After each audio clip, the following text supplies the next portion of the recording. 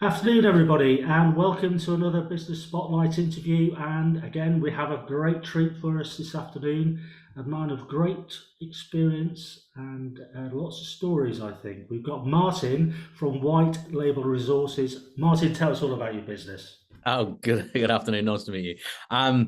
Well, where do you start? I guess the easiest way is to kind of roll it back a little bit. My background is I've built and sold various businesses of various sizes. Probably most notably a large business I sold to a bank, and actually did that literally 2 weeks before Lehman Brothers went to the wall. So I ended up sat on the management board of the bank in quite an interesting period. But during that process of building my business, that was a business I built from scratch and took it up.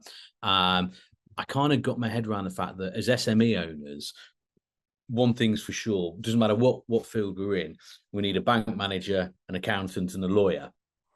We'll need them at different levels, but we'll always need them. And one of the problems is sometimes, and I've been there. Sometimes we trust our accountants, which is great if our accountants are brilliant, but we only know what we know. So we assume that they'll give us the right level of advice. And sometimes that bridges from accountancy into commercial.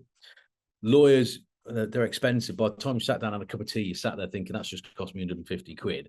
So quite often as business owners, we'll perhaps plagiarize some documents, or we'll wait until we've got a problem and then we'll get the lawyers involved. And as for bank managers, well, most of us don't know who they are, and if we do know who they are, there's a fair chance they haven't got the authority to support us. So sort of in my own journey, I kind of worked that through, and then I kind of realized, but when you've got really good advisors in that professional sphere, what a difference that can make to your business. So back to your original question, having gone through my journey, what I've done is created a group of businesses whereby we focus on that bank manager, accountant, and lawyer. So our role is either working with the companies we own. So we own, we've got those three pillars. So in the accountancy pillar, we've got three accountancy practices and a specialist tax relief business. In the law firm, we've got three law firms. And in the banking and insurance, we've got finance brokerages, mortgage brokerages, and insurance brokerages. So we've got our own specialists in these areas. Plus, the most important thing is we've kind of overlaid that with real commercial experience. So I've sat there. I know what it's like to think, how the hell am I going to pay 50 contractors on Friday and then we're kicking my doors down. I know that I've been through the highs and lows. I've made some fantastic decisions and I've made some horrendous ones. And I think that's put me and therefore our group in quite a unique. Some people tell you I've made more horrendous ones than good ones. So I've got to put that out there. But it means that I've seen the ups and downs on both sides, and if we can take that commercial knowledge into our professional partners as business owners, then we're going to get the real best of both worlds. So we work with accountants up and down the country and law firms up and down the country that we don't own. We work with them supporting their clients or using their specialist services and supporting them, because ultimately the aim is for the SME business owner to have someone on their side of the table who, not just an accountant who's putting blanket ink on white paper and ticking the boxes for compliance, but someone who gets it and says, well, hang on a second, let's bring some of that real high level advice that perhaps we all wonder, how do those global PLCs pay such little tax or do this, that, and the other? Which, because they've got access to the right people at the right time. Well, if we can bring that to ourselves as business owners, as SME owners, and bring that level of expertise closer to home, so we can start making those strategic decisions as an SME owner, well, that's going to catapult our businesses to whatever level we want to take it to. And I think that's always been a passion of mine, is the SME sector, which is the one I love because we can influence it. It's the backbone of the country. Yeah. Unfortunately, for a lot of the professionals, they don't see it as sexy enough. It's not interesting enough, or it's not the big thing for them. So they want to be dealing with the great big PLCs and what have you. And I think that's really bad. I think it's horrendous. And it means that we don't pick up on that. So our business is all about, how do we give access to that? How do we really play to our strengths? We're not trying to be a one-stop shop, and we're not doing marketing and consulting, this, that, and the other. we're really, really good, and the people in our three pillars are really, really good in their specific areas. And then myself and a few of the members of my senior team, we've ran businesses, we've built them, we've sold them, so we can sit on both sides and hopefully glean from that experience to fit whichever the position in their life cycle our SME clients are at. That's a brilliant. So, in effect, what you've actually created here is a network and support group and a community that SMEs can actually tap into. Yeah, absolutely. Interestingly, we sort of taken that exact comment just a little stage further. What we've recently done, and we're literally just launching it now, is our concierge service. So if you think of the hotel concierge, he'll get you those tickets to the restaurant, to the theatre or the restaurant, or he'll advise where's good to be, and that it's a concierge who kind of quickly gets to understand you and knows what's available. So our business concierge, which is called Signature Concierge, is that exact theme. We have people in our business whose job, they don't have sales targets, they don't have any pressures around that. Their job is to understand you as a business, ensure you see the services and products we can offer, and find the right people to fit you, whether that's a need you've got immediately or in 6 or 12 months time, whatever. But it does that, and that kind of loops that whole community piece together and brings it all in a support mechanism for the business owner. Yeah, that's really interesting because one of the key things which is starting to happen but needs to accelerate is the word community and business communities. Yeah, yeah. Um, Sorry. No, I was just going to say I agree, and I think community probably got lost in people. Understandably, networking is a really powerful thing, but networking and networking events aren't community events. They're two different things, both with their own strengths. And I think you're exactly right. That community is, look, we've got to look out for each other here. We've got to, there's enough money out there. There's enough opportunity out there. There's enough business out there. Let's give each other that leg up. Let's properly build from that, not just in a networking event, but I can tell you stories of, best one is I've won 2 litigation battles in my career, both against PLCs who took me on as an SME owner, and I'm not one who likes to shy away from a fight. And I won both of them. The first one I won, and it cost me about 400 grand, but I won it. The second one I won, and I made really good money out of it and was compensated and etc. Have a guess which one I wrote the contract for and which one a lawyer wrote the contract for.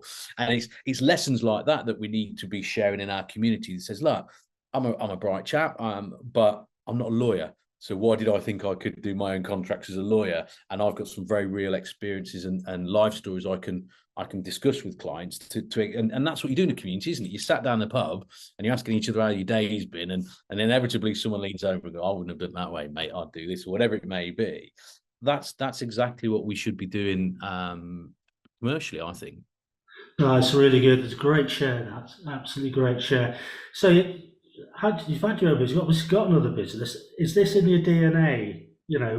Being a Yeah. business owner. Did you fall into it? Did you decide how did you get into it? It's funny. So I'm that typical. Came from the very poor background. I was a window cleaner when I was 12.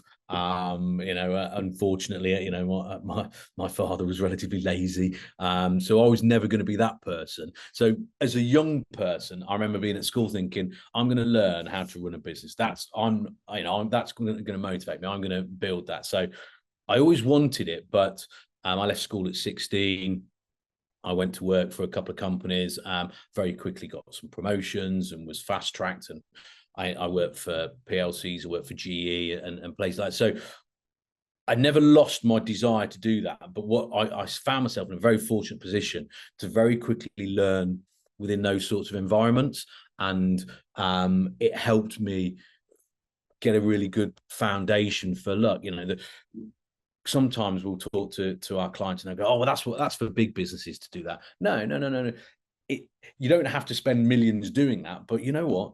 Having monthly management accounts or a monthly board meeting or some KPIs, that's for every business. It's not just something that, oh, we're too small, we don't need to do that. but so I got those foundations really early and those disciplines early doors, and that really helped me to maintain my ambition to have my own business. Never knew what it was going to be, and I could be selling baked beans or whatever, but I knew that's where I wanted to go. Fantastic. Now, what was really interesting there, you used the word learning Mm-hmm. about 5 or 6 times, Okay. which is hugely important. So, what has been your biggest learning in business? Oh my goodness. Uh, Never to trust what I say. No, I think probably it's a really obvious thing, and is you don't stop learning, and I think you do see people, well, look, I've achieved this and I've done that, and that, which is brilliant, and we absolutely should commend ourselves and applaud ourselves and pat ourselves on the back and our team around us and celebrate those moments. But then we move on again because we've got to keep learning. And whether we're building businesses, whatever cycle we're in, we must remember we're absolutely learning, and we're learning off everybody. Everybody has a voice. Everybody should have that voice. That voice should be heard. And whether that's if you're a logistics business and that's the driver, the apprentice, fitter, or have the time, get to be involved, walk the floor, talk to people, because the value that comes from people who are delivering for you the tasks of your business, the output of your business, you can learn from everybody. So I think probably the biggest lesson I've learned is that there's no single lesson. It's a continual, and you've got to embrace that and be honest about it, and not just use those as words. Oh yeah, look, every day's a school day. Really mean it, and you're going to get some massive value out of that. No, it's really good. Yeah, work harder on yourself than you do on the business, and Yeah, it's the yeah, Jim Rohn yeah. paraphrase, I guess, to add there. But so, what do you see as the main challenges moving forward? Um, I think the challenge of every business is dead straightforward. It's ensuring that what cash comes in the top is managed in the middle, so there's still left at the bottom, and that's the basic principles of any business. It's as simple as that. And I don't think you must ever lose sight of that. And I think one of the challenges we've got coming is so much uncertainty politically, both in this country and globally, and that's not just the uncertainty of a new government in the UK or what's happening in the States or France or whatever. It's the fact that there's a massive move in the political positioning of countries and what you would traditionally expect from people's behaviour and governments' behaviour. And I think you're reading every day about the potential risks we as business owners face by a shift in tax or stealth tax or an unseen or a piece of legislation or whatever. So I think the challenge is got to be, we've got to still remain really, really focused, and we've got to believe that we can keep getting through these difficult times. And the way you do that, in my opinion, is strategically. You start planning now, start thinking about the opportunities now. Look, if you need to put a business structure in place, you might be this big and you'd like to be this big, right? Focus on it now, get those things in place now, because that's the sort of ownership of the situation I've always felt that will drive you through. And you don't have to get there by fear. I used to be a little bit of a fear of failure man, and then there's a healthy piece in not wanting to get to fail. Of course there is, but when you turn it on its head, why don't you, I've committed to being this big now, I've committed to going on this show, I'm going that way now, and you take yourself through it. So I think the challenge is that we don't doom and gloom ourselves, we don't fall into this method of blaming Brexit or blaming the change in government or blaming this. They are what they are, they're facts. Grab hold of it and focus, and if you've got the controls in your business and you've got a strategy, that almost itself will give you the momentum to move forward, and it'll stop you rocking back and excusing yourself or others about why things aren't right. Well, if you haven't got that excuse, you're not going to allow it to be the thing that defines you, and then you're going to build from there. Brilliant. No, absolutely fantastic. So, what do you actually attribute your growth to in terms of the current business? So I've got the most amazing team around me. So we have a model across the business where the SLT all have equity in the businesses. So I think that's really important that we reward people from the get-go. We have some super talented people in different areas, and I think what that's allowed us to do is identify where we've got an individual who says, I just want to do this job. I don't want to drive a career. I just want to be amazing at this job. Let them be amazing at that job. Don't try and drag them through. So what we've got is a really good mix of people. We've got a really good level of integrity across the business. So I think that's your starting point. And then if you can balance that off by having very clear goals for each business and each business area in terms of what we're trying to achieve and working for them, I think that's what's helped us, without a doubt, get to where we are, and that's what's going to take us in the next phase. Brilliant. Goals. I think we'll be singing from the same hymn sheet here now, Martin. But anyway, just being a business coach. Final question. What is the best advice you'd give to an 18-year-old you? Right, well, there's an interesting one, because my girlfriend at 19 probably was a mistake. So I'll avoid that piece of advice. I think from a business perspective, trust yourself. I think we've talked throughout this conversation about we're learning every day. You need structures in your business. I'm a big fan of processes. I think that's so important.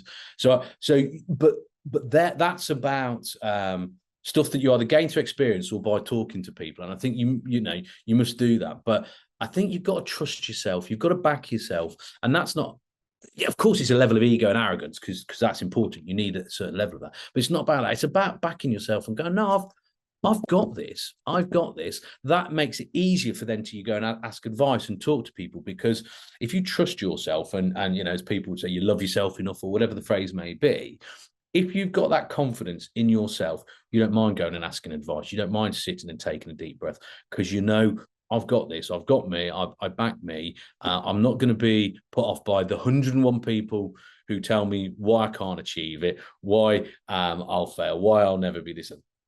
No, that doesn't. It's you. You're the one that's going to make the difference. So I think probably you learn those sorts of things, don't you? I've got the grey hairs now, so you do learn those things over the years. But if I could convince 18-year-old me, or frankly 18-year-old anybody, that's the piece. Trust yourself. You've got this. Brilliant. What a wonderful way to finish the interview. Martin, thanks so much for your time. Absolute pleasure. Lovely to see you.